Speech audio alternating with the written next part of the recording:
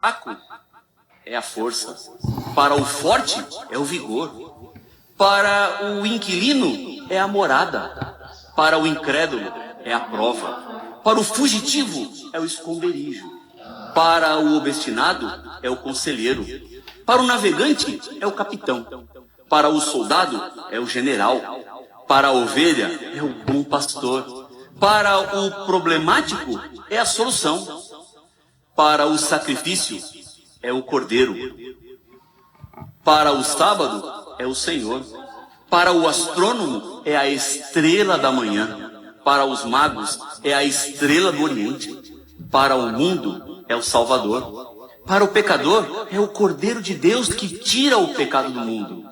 Para Pedro, Jesus é o Cristo, o Filho do Deus vivo. Para Tomé, é Senhor meu e Deus meu. Para Judas, é inocente. Para os demônios, é o Santo de Deus. Para Deus, é o Filho amado. Para o tempo, é o relógio. Para o relógio, é a última hora. Para Israel, é o Messias. Para as nações, o Salvador. Para a igreja, é o noivo. Para o vencedor, é a coroa. Para um cristão verdadeiro, Jesus é tudo. A pergunta que lhe faço agora é: quem é Jesus para você? Ele pode ser tudo para todos, mas ele precisa ser também alguém em você. Ele é o Senhor da sua vida. Ele é o seu Salvador. É a Ele que você entrega tudo que tem, tudo que possui, seus sonhos. Porque Jesus está em toda a Bíblia. Mas não basta Jesus estar em toda a Bíblia se Ele não estiver na sua vida, se Ele não estiver no seu coração. Agora, Jesus só pode entrar no seu coração se você permitir que Ele entre. Jesus não vai entrar à força. Ele não vai arrombar a porta da sua vida e entrar de qualquer jeito. Porque Ele espera pacientemente que você abra a porta e permita que Ele entre. Portanto, Jesus neste momento se coloca aí do seu lado. Porque a arena do futuro não chegou na sua vida de maneira aleatória. Você não parou agora no Novo Tempo simplesmente porque estava trocando de canal. Porque Deus marcou esse encontro. Deus marcou esse momento para falar com você. É isso mesmo, com você mesmo. Você que está me olhando aí. Deus tem uma mensagem para você. E esta mensagem é: Jesus é o centro de tudo. E Ele quer ser também o centro da sua vida. Portanto, não se demore mais com a sua decisão. Não deixe para depois aquilo que você sabe que deve fazer agora. Há algumas pessoas que eu encontro dizendo assim: pastor, quando chegar a minha hora, eu entrego meu coração para Jesus. Pois bem, eu lhe pergunto, desde quando Deus marca a hora para chamar alguém? Aonde está isso na Bíblia? Em que livro você vai encontrar isso aqui dentro da Bíblia Sagrada? Ah, não chegou o meu dia, não chegou o meu momento. Isso é conversa nossa. É desculpa humana. Porque quando o assunto é a entrega do coração e da vida para Jesus, a Bíblia diz: hoje, se ouvirdes a sua voz, não endureçais o vosso coração. Não é para depois, não é para amanhã, é para agora. Agora, se você decide, Deus muda a sua vida. Se você não decide, Ele continua insistindo. Ele continua indo atrás. Ele continua enviando mensageiros dele para te divertir, para te chamar, para te apelar, para que esse coração de pedra seja trocado por um coração de carne, para que a sua vida não seja uma vida perdida neste mundo, mas senão você, ao final da trajetória, encontre-se com Cristo Jesus no dia da volta dele, para que ele te dê a coroa da vida eterna. Esse é o império que Jesus veio fundar no mundo. Vamos olhar isso melhor na Bíblia? Vamos ao Evangelho de João, capítulo 19. Vamos ao Evangelho de João, capítulo 19, versículo 33. Vamos lá? Nós vamos ler os versículos 33, 36 e 37. Diz assim a Bíblia: chegando-se, porém, a Jesus, como vissem que já estava morto, não lhe quebraram as pernas. Versículo 36. Isto aconteceu para se cumprir a Escritura: nenhum dos seus ossos será quebrado. E outra vez diz a Escritura: eles verão aquele a quem traspassaram. Nos tempos de Jesus, havia uma expectativa de que o Messias viria para inaugurar um reino terreno. Ele seria um libertador político. Quando Pilatos, o governador romano que o julgou, o chamou de rei de Israel, Jesus não aceitou o título apenas, mas afirmou que ele era imperador de um império que se estendia além deste mundo. A missão de Jesus vai além dos negócios e interesses materiais. Jesus de Nazaré foi uma pessoa histórica que realmente viveu há 2000 anos na Palestina. Nenhum bom historiador duvidará disso. Existem evidências, além dos textos da Bíblia, de que ele era uma pessoa real.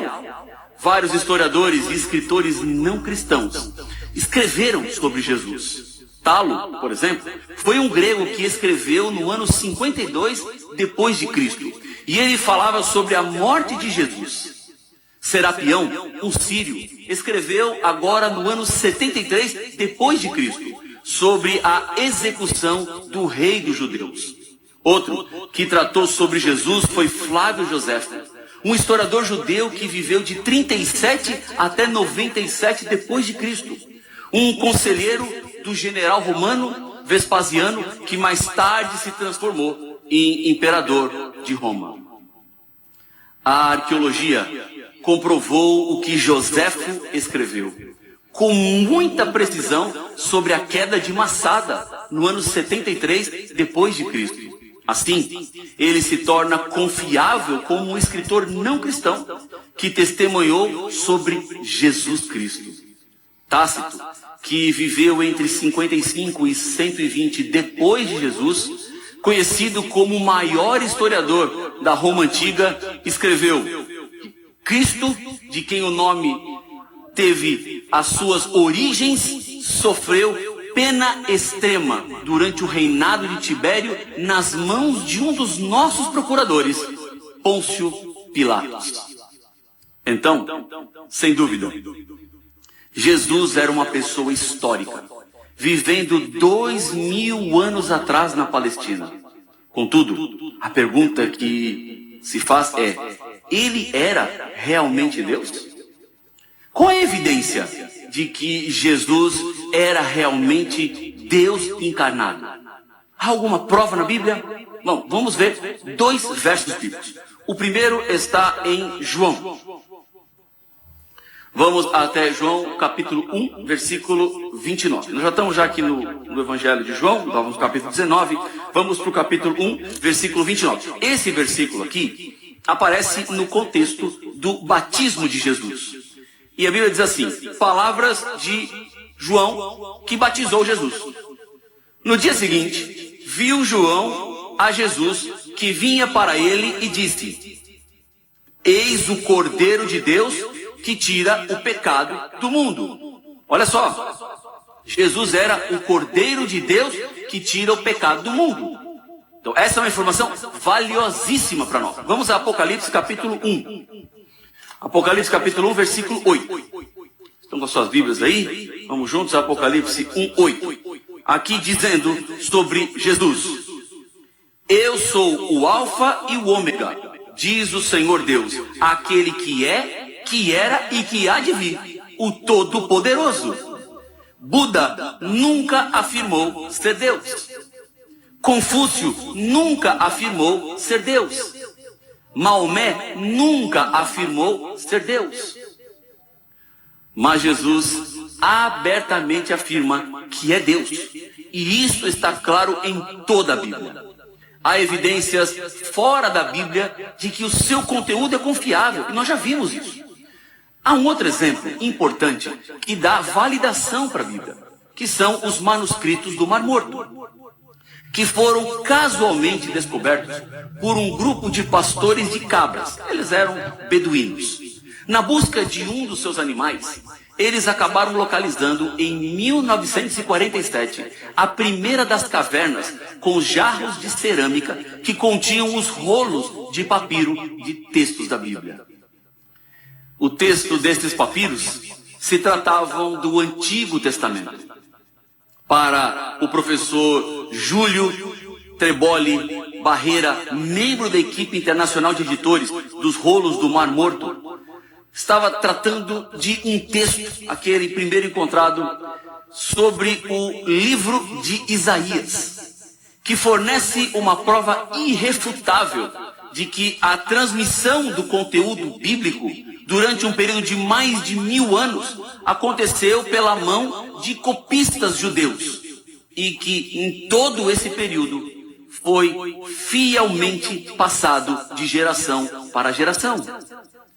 Nos pergaminhos do Mar Morto estão registradas previsões sobre Jesus, que são datadas entre 100 e 200 anos antes do nascimento de Cristo. Então, a vida de Jesus é uma vida escrita antes de sua encarnação. São essas profecias cumpridas que revelam que Jesus é Deus. Na Bíblia, as informações sobre a vida de Jesus, em sua maioria, foram originalmente escritas entre 500 e 1000 anos antes de Cristo. Há profecias sobre o nascimento, sobre a morte e sobre a traição de Cristo. O Dr. James Strange, da Universidade da Flórida, examinou a probabilidade estatística de todas as 48 previsões messiânicas se cumprir na vida de uma pessoa e chegou à conclusão que é de 1 em 100 seguido de 136 zeros. Ou seja, é um número incalculável, é algo impossível de acontecer. Não dá para uma outra pessoa cumprir tudo que foi profetizado exatamente como Jesus cumpriu.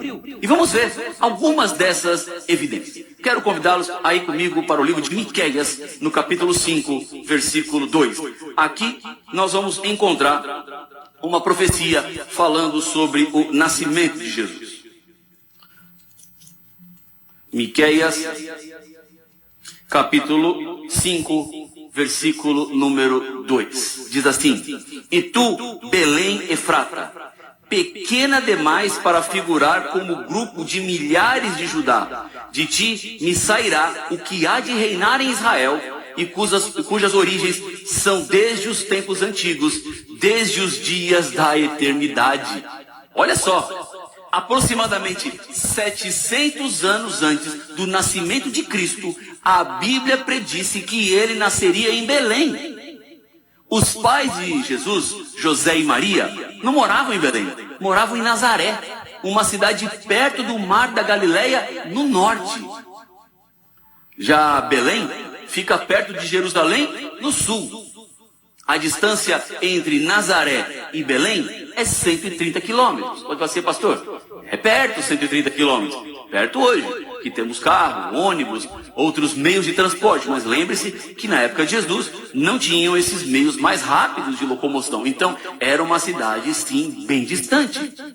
Lembra que no final da gestação de Maria, apareceu um decreto de César Augusto, que determinou que todos deveriam ir à sua própria cidade de nascimento para o censo. Nesta época, Maria estava grávida de quase 9 meses. E mulheres grávidas que estão prontas para dar à luz, certamente não montam em burros em terrenos acidentados e andam por 130 quilômetros. Se Deus não tivesse um plano, o nascimento de Jesus não aconteceria em Belém. Assim como a Bíblia predisse, Jesus nasceu em Belém exatamente. Isso você pode encontrar no Evangelho de Mateus, no capítulo 2, no versículo 1. Mas há outras evidências do nascimento de Jesus. Veja comigo Isaías, capítulo 7, versículo 14. Vamos voltar algumas páginas daí de onde estamos. Isaías, deixa eu achar aqui. Isaías, aqui, capítulo 7 e o versículo 14. Diz assim a palavra do Senhor: portanto, o Senhor mesmo vos dará um sinal. Eis que a virgem conceberá e dará à luz um filho, e lhe chamará Emanuel. Olha só, nascido de uma virgem. Isso soa uma história bem estranha, né? Impossível para a época de Jesus. Hoje, graças à ciência moderna, à fertilização in vitro, é até possível acontecer. O incrível é a própria previsão, feita 700 anos antes de Jesus nascer, e muito antes da ciência descobrir qualquer técnica. Nascido de uma mãe humana, por meio do Espírito de Deus, significa que Jesus de fato é Emanuel, que significa Deus conosco. A Bíblia confirma o nascimento sobrenatural de Jesus no diálogo entre Maria e o anjo Gabriel. E nós encontramos isso lá no Evangelho de Lucas. Há esse diálogo e Maria fala assim: como é que eu posso estar grávida se eu sou virgem, não estou nem casada? E o anjo diz assim: Maria, o que está em ti não precisa de geração humana, porque o Espírito o colocou em você. A Bíblia também fala sobre a traição que Jesus sofreria. Vamos ao Salmo 41, verso 9. Esses são versículos da Bíblia muito importantes e que você precisa ter sempre em consideração. Esses versos aqui, eles tratam da biografia de Jesus antes dele nascer. Salmo 41, versículo 9, diz assim: até o meu amigo íntimo, em quem eu confiava, que comia do meu pão, levantou contra mim o calcanhar. Aproximadamente 1000 anos antes do seu nascimento, de Jesus ter saído do ventre de Maria, foi profetizado que ele seria traído por um amigo. E conhecemos bem sobre a traição de Judas, um dos discípulos que viviam ao lado de Cristo. Não só foi profetizado que ele seria traído por um amigo, mas cerca de 500 anos antes de Jesus Cristo, foi profetizada a quantidade exata de dinheiro pela qual ele seria traído. Em Zacarias capítulo 11, encontramos o valor de 30 moedas de prata. Com a inflação, não sabemos o preço do pão no ano que vem. Como seria possível saber, séculos antes, sem a sabedoria divina, o valor da traição? Impossível. O profeta sabia do valor porque Cristo não é um homem comum. E a Bíblia não é um livro comum. A Bíblia ainda vai além. Zacarias 11:13 também previu como eles gastariam as 30 moedas de prata. Quando Judas percebeu o que havia feito ao trair o Filho de Deus, ele trouxe as 30 peças de prata e jogou no templo, diante dos sacerdotes, que pegaram as moedas, compraram um campo de oleiro para enterrar os estrangeiros. A profecia precisa, até com a quantia pela qual Cristo foi traído, para onde o dinheiro foi levado e como o dinheiro foi usado.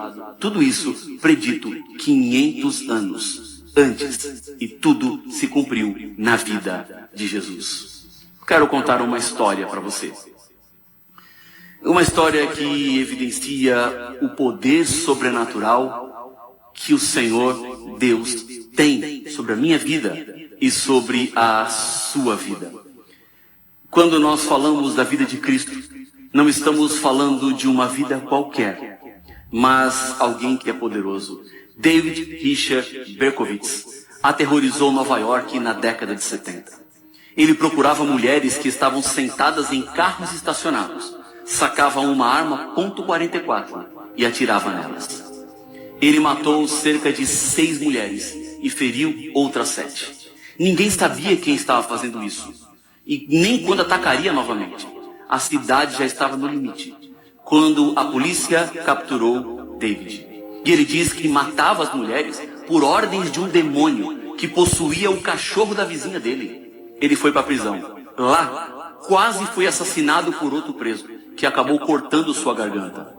Um companheiro de prisão, chamado Nick, tentou repetidamente lhe dar uma Bíblia, mas ele recusava. Finalmente, um dia ele aceitou. Ao ler a Bíblia, seu coração foi tocado pelo amor de Deus. Hoje, David é um prisioneiro modelo. Recebeu uma condenação de 300 anos, mas sua vida foi transformada por Cristo Jesus. Ele encontrou o perdão para sua atormentada mente, dominada pelo mal e pela culpa. A paz de espírito substituiu a ansiedade. Teve um significado e um propósito na vida. Ele foi transformado e hoje os seus dias na prisão são dias de esperança, de expectativa de viver eternamente com Jesus Cristo, o Imperador Mundial. Não importa onde você foi, nem o que você fez. Jesus agora te oferece o perdão e te dá a vida eterna. Se essa é a sua decisão, eu quero te convidar a fechar os olhos e vamos juntos orar. Senhor, ao estudarmos sobre Cristo Jesus, temos certeza de que Ele viveu entre nós, que Ele morreu por nós e agora nos oferece tão bondosamente a salvação e a eternidade. Por isso, Pai, eu oro com cada pessoa que nesse momento acompanha o Arena do Futuro, entregando as nossas vidas nas Tuas mãos, aceitando a morte de Cristo Jesus na cruz do Calvário, para que muito em breve possamos estar contigo e desfrutando de toda a eternidade. É o que eu lhe peço no nome de Jesus. Amém.